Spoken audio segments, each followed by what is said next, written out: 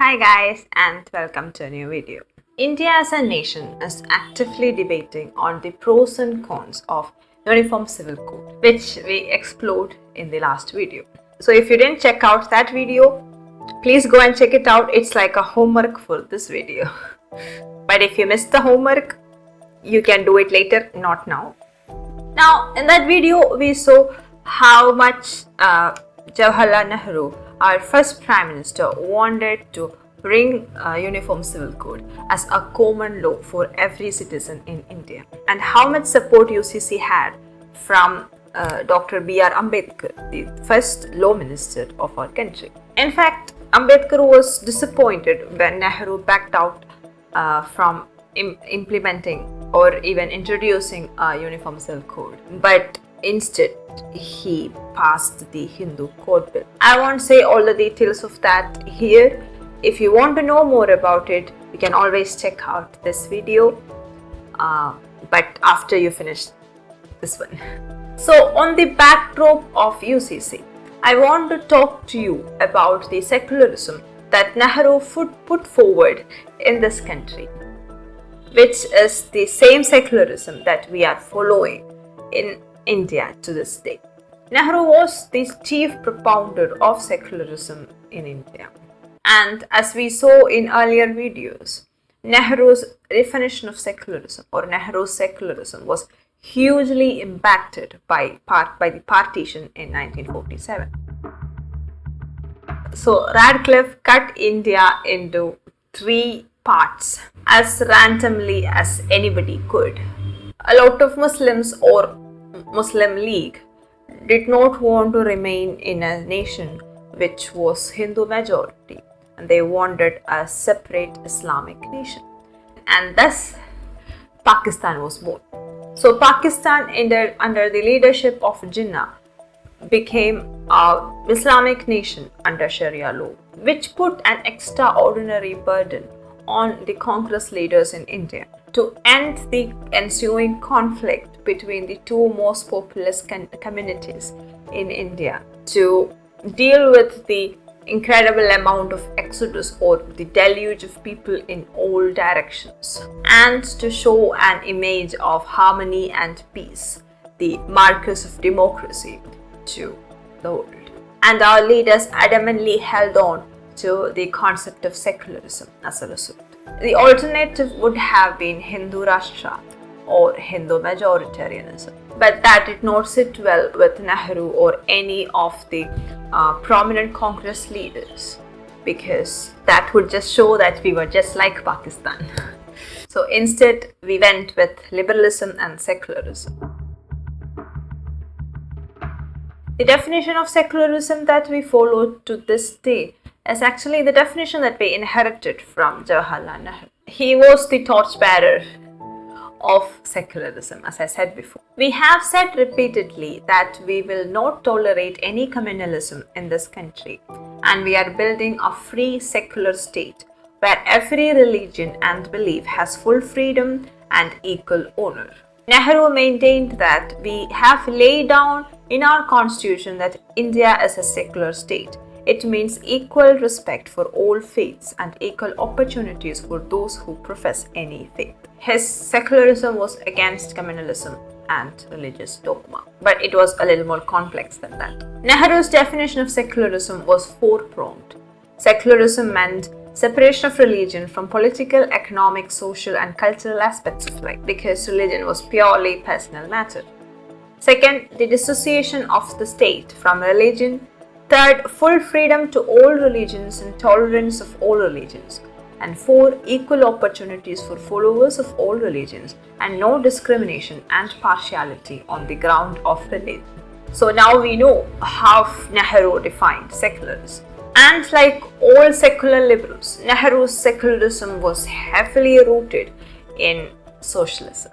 He strived for converting the country from the cow dung age to an age of science and technology. He opposed superstitions, communalism, and religious fanaticism. He wanted his countrymen to be rational and secular in their attitudes. For Nehru, economic growth had to be driven by rapid industrialization technical advance and urbanization. He thought that industrialization would take us to the modern world and would uplift us to the same stature of the USSR or the US. He wanted Indians to be scientifically oriented, modern, technologically advanced, and so on. And religion stood in the way of progress, of scientific curiosity, modernity. So socialism dictates that we also become secular because religion is against progress. So if you are religious, you cannot have progress, economic growth and development. And as we saw in the definition, for Nehru, secularism also meant equanimity or religious neutrality. That means state won't interfere in anything religious and religions are all free and equal. I had made a video on Nehru's economic policies that were heavily influenced by socialism. If you want to check it out, please check it out here. Though in paper Nehru said that secularism meant all religions, all religious rights and opportunities, secularism in practice was only applicable to Hindus. And Nehru required all Hindus to go an extra mile to make our Muslim neighbors or our Muslim brothers feel comfortable and safe in secular India. And that starts with partition itself. As we know, the exodus of Hindus and Muslims started right after the partition. The estimates suggest that perhaps up to 20 million people were affected by partition and somewhere between 2 lakhs to 1 million lost their lives. As the provinces of Bengal and Punjab were effectively split in two, approximately 7 million Hindus and Sikhs and 7 million Muslims found themselves in their own country, and most of them got displaced as a result. In India, the communal disharmony was softening slowly, and the refugees were able to settle in different parts of the country in a matter of half a decade or over a decade. But the same cannot be said about the non-Muslim communities who either couldn't return or got stuck in Pakistan. There was no escape for the non-Muslim communities, especially in East Pakistan, and the persecution of those people remaining in those lands were just horrific. But the secular state under Nehru could not do anything or would not do anything for their safe return, even though they were getting persecuted for their identity in Pakistan. The main reason behind it is secularism, because secular India does not treat Hindus or Muslims differently. That means that if Hindus are there, they should be there because secularism. If Muslims are here, they should be here because again, secularism. There cannot be any kind of discrimination on the basis of religion. So Nehru signed the Delhi Pact of 1950 instead, which is also known as the Nehru-Liaquat Pact. So what is that pact about? The governments of India and Pakistan solemnly agree that each shall ensure to the minorities throughout its territory complete equality of citizenship irrespective of religion, a full sense of security in respect of culture, life, property, personal honor, freedom of movement within each country and freedom of occupation, speech, worship, subject to law and morality. The members of the minority shall have equal opportunity with members of the majority community to participate in public life of their country, to hold political or other office, and to serve their country's civil and armed forces. These rights will be declared fundamental. The Prime Minister of India has drawn attention to the fact that these rights are guaranteed to all minorities in India by its constitution. The Prime Minister of Pakistan has pointed out that similar provision exists in the objective resolution adopted by the Constituent Assembly of Pakistan. And more importantly, Both governments wish to emphasize that the allegiance and loyalty of the minorities is to the state of which they are citizens, and that is to the government of their own state, that they should look for the redress of their grievances. So basically, no matter what happens, don't come back begging. If you don't see the problem here, then I think that you should really look up the history of Islamic persecution that happened to non-Islamic communities in Afghanistan, Pakistan and Bangladesh. Now, Shyama Prasad Mukherjee, who was the extra member of the first parliament, resigned because of this pact.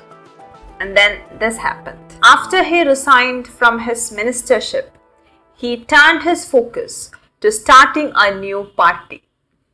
With the help of the RSS, he founded the Bharatiya Jan Sangh in 1951, a party which contested and won 3 seats in 1952 elections. Bharatiya Janata Party is the evolution or the successor of Bharatiya Jan Sangh. Talk about karma.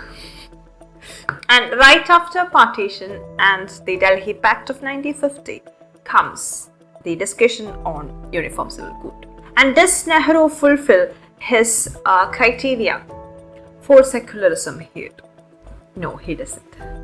In order to not disappoint the Islamic clergy at that time, who were vehemently protesting against the introduction of UCC, he just folded and UCC was completely abandoned, and in its place came the Hindu Code Bills.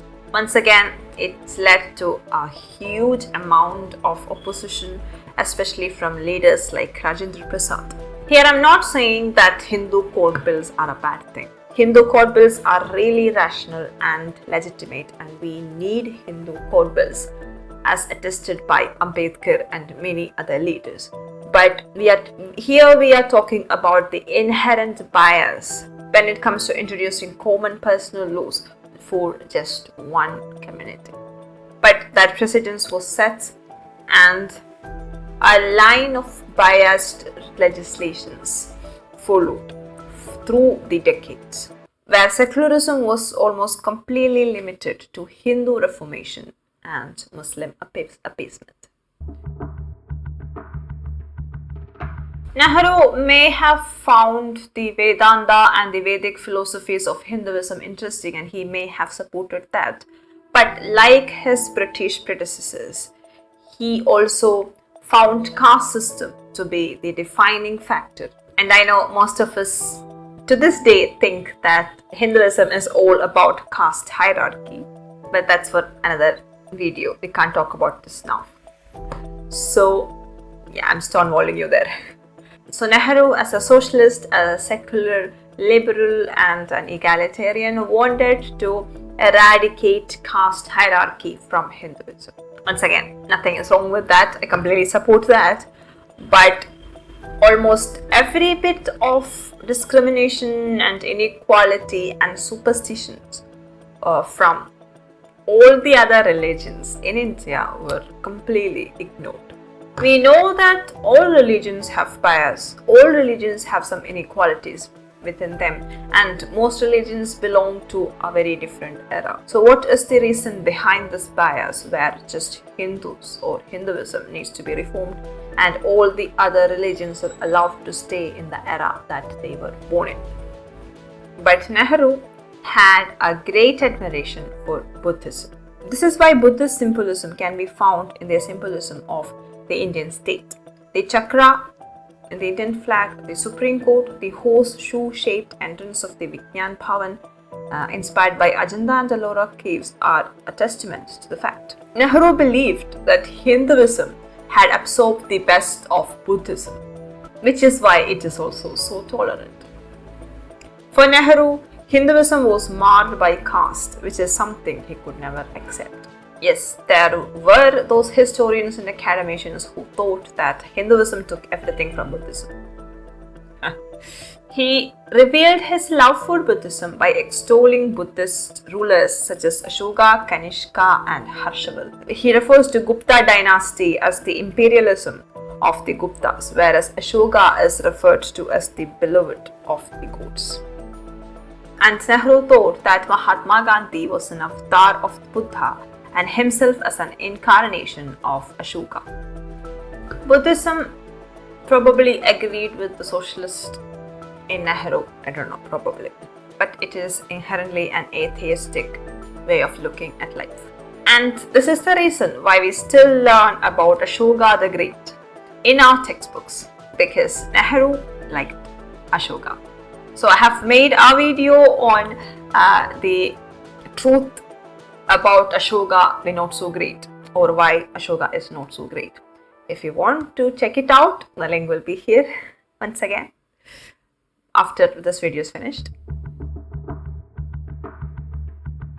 So Nehru and his supporters used secularism as an excuse for Muslim appeasement. That morphed into identity politics.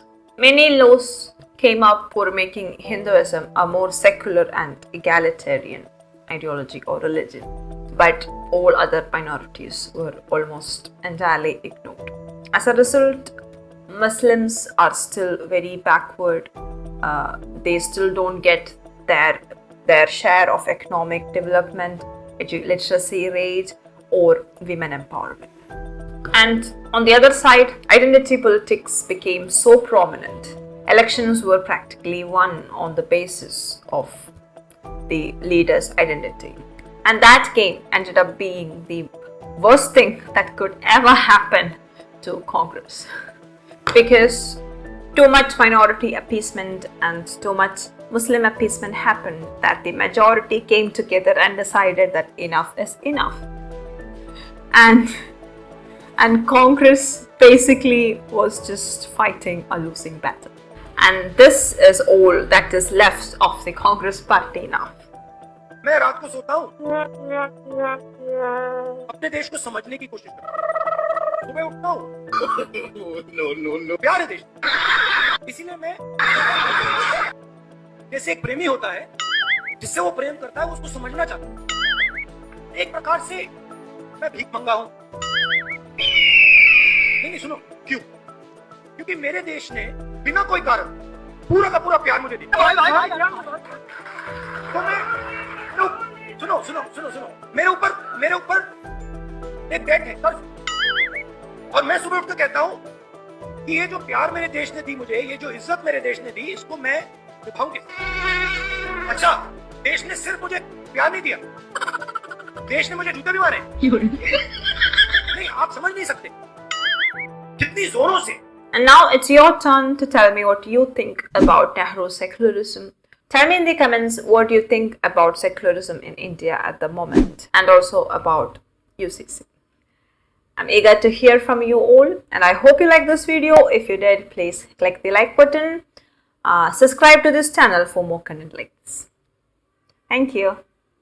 Hi guys, and here is the first book I have written, Life in a Ziploc Bag. It's the story of 4 teens living in a city and the impactful reality of modern life, where we often chase love, intoxication and adventure. Does it seem like a story that you would be interested in? If so, please check it out on Amazon or Flipkart. And it's also available for direct buying from the publisher itself. All these links are given in the description. Grab your copy now. Thank you.